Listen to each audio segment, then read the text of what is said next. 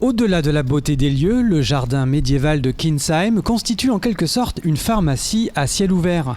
Un lieu que connaît bien Marion de la Maison de la Nature de Muttersols pour y avoir animé tout l'été des ateliers autour des plantes et leurs vertus. De laine et ça cesse la douleur à l'intérieur de la tête. Il fait partie d'un circuit de 12 jardins et ici jardin, il parle des plantes du bien-être en lien avec les apothicaires de l'époque et il a surtout l'aspect d'un jardin médiéval de l'époque.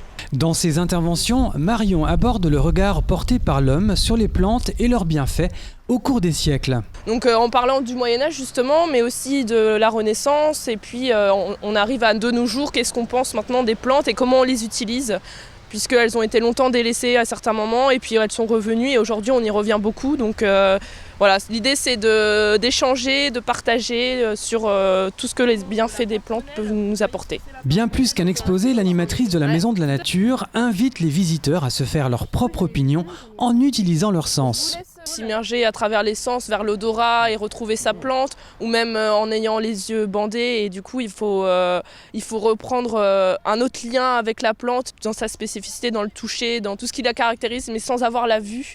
Et du coup ces approches-là, ça permet aux gens d'avoir ce lien-là autre que directement le cérébral. Parmi les quelques trésors d'apothicaires présents à Kinsheim, la sauge, l'alchémie ou encore le millepertuis, chacun avec ses propres bienfaits.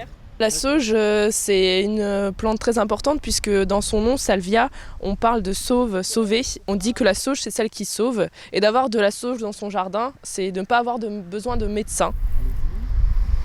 Donc l'alchémie, effectivement, donc on l'appelle l'alchémilia et c'est une plante des alchimistes puisque en fait sur ses feuilles, on retrouve de l'eau céleste, on appelait ça l'eau céleste, qui était utilisée pour tout ce qui est élixir de longue vie.